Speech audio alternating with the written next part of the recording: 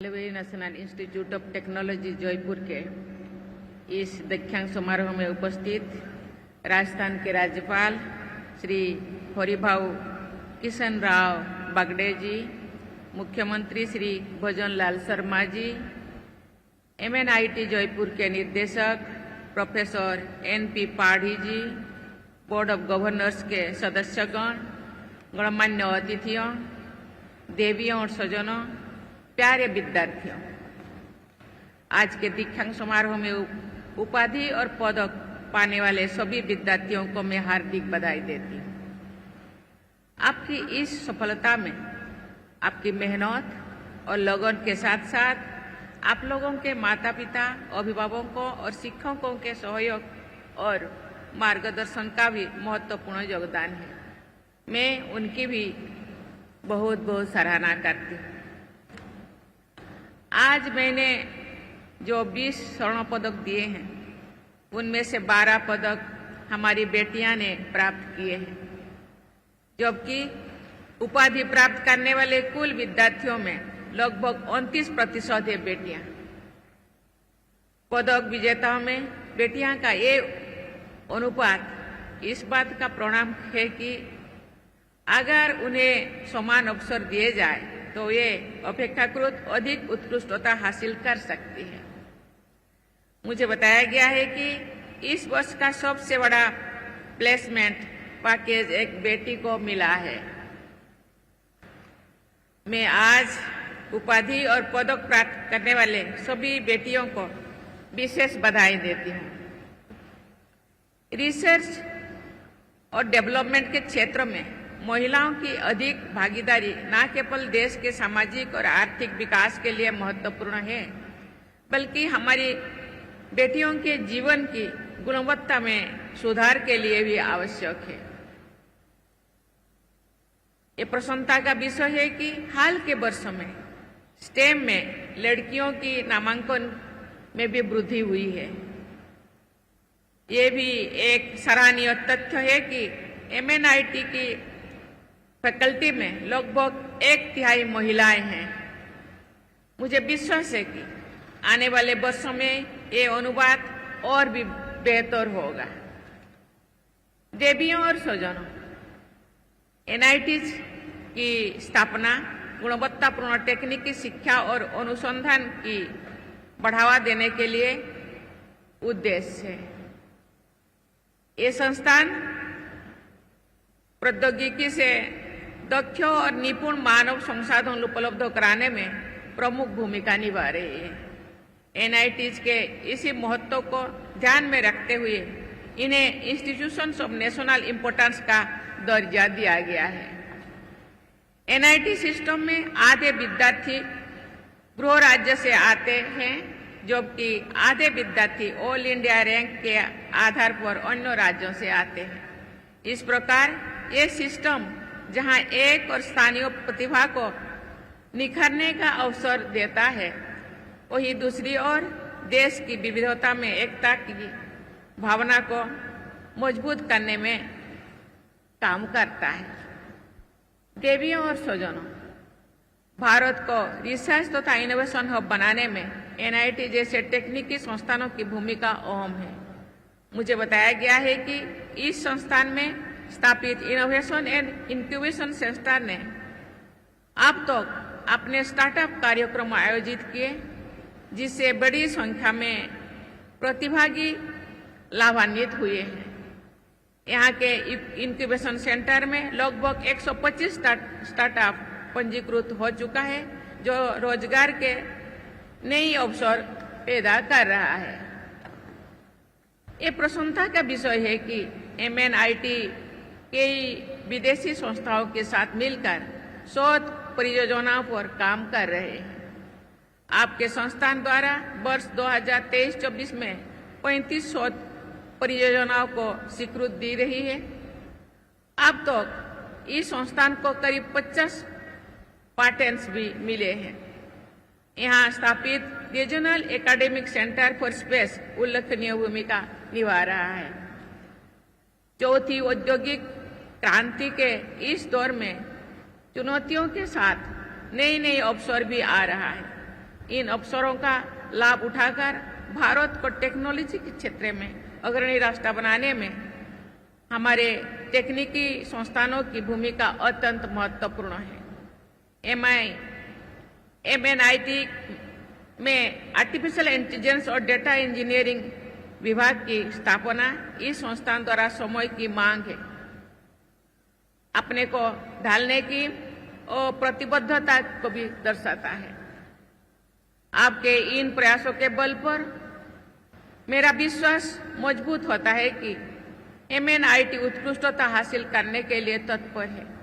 एक खुशी की बात है कि आपका संस्थान NIRF की इंडिया रैंकिंग 2024 के इंजीनियरिंग कैटेगरी में देश के 50 शीर्षस्थ संस्थाओं में शामिल है। इसके लिए मैं संस्थान के निदेशक, फैकल्टी मेंबर्स, विद्यार्थियों और पूरे स्टाफ को बहुत बहुत बधाई देती हूँ।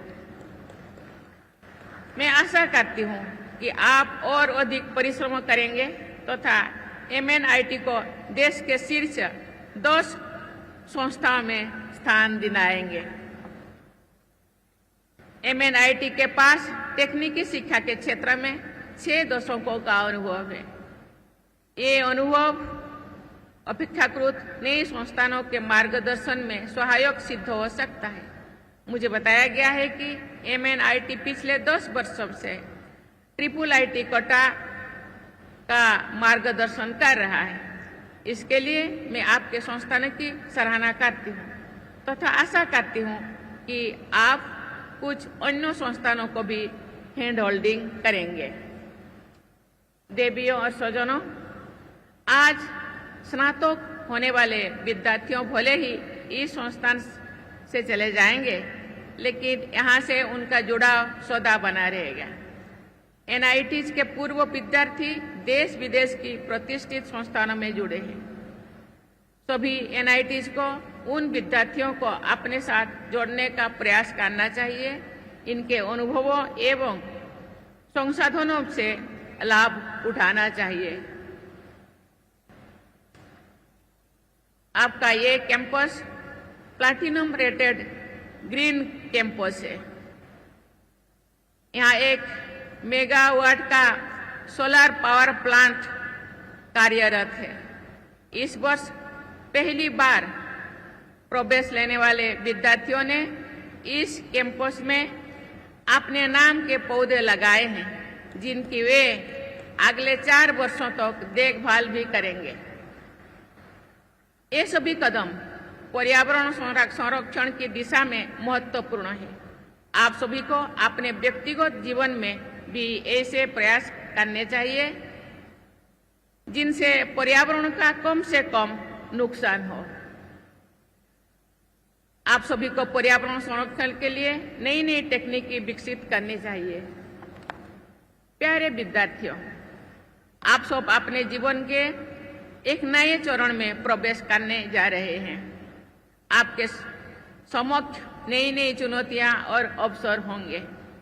मुझे विश्वास है कि इस संस्थान में प्राप्त ज्ञान और कौशल के बल पर आप उन चुनौतियों का सामना करने और उभरते अवसरों का लाभ उठाने के लिए जरूर सक्षम होंगे। आपके संस्थान का ध्येय वाक्य है यगः कर्मसु कुशलम। इसका मतलब है कर्म की कुशलता ही योग है। भगवत गीता का ये उपदेश आपको प्रेरित करता है कि आप जो भी कार्य करें पूरी दक्षता और निष्ठा से करें। मेरा मानना है कि आपकी महत्वाकांक्षा राष्ट्र की अपेक्षाओं के अनुरूपी होने चाहिए। आपके कर्मयोगी भाव से समाज और राष्ट्र की प्रगति का मार्ग प्रशस्त होना चाहिए। जो संस्थान इंस्टीट्यूशन ऑफ नेशनल इम्पोर्टेंस हो, उसके विद्यार्थियों से नेशन फर्स्ट की भावना से कार्य करने की अपेक्षा स्वाभाविक है। प्यारे विद्यार्थियों, हमने भारत को 2047 तक एक विकसित राष्ट्र बनाने का लक्ष्य तय किया है। राष्ट्रीय विकास को नेतृत्व प्रदान करना आपका कर्तव्य है। आपको अपने देश को आगे बढ़ाना है।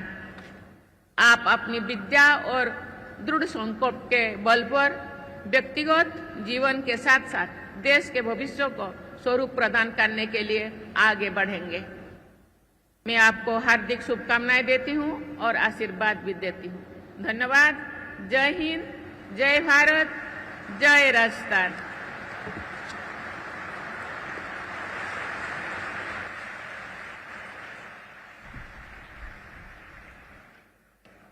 Please rise at your seats for the national anthem.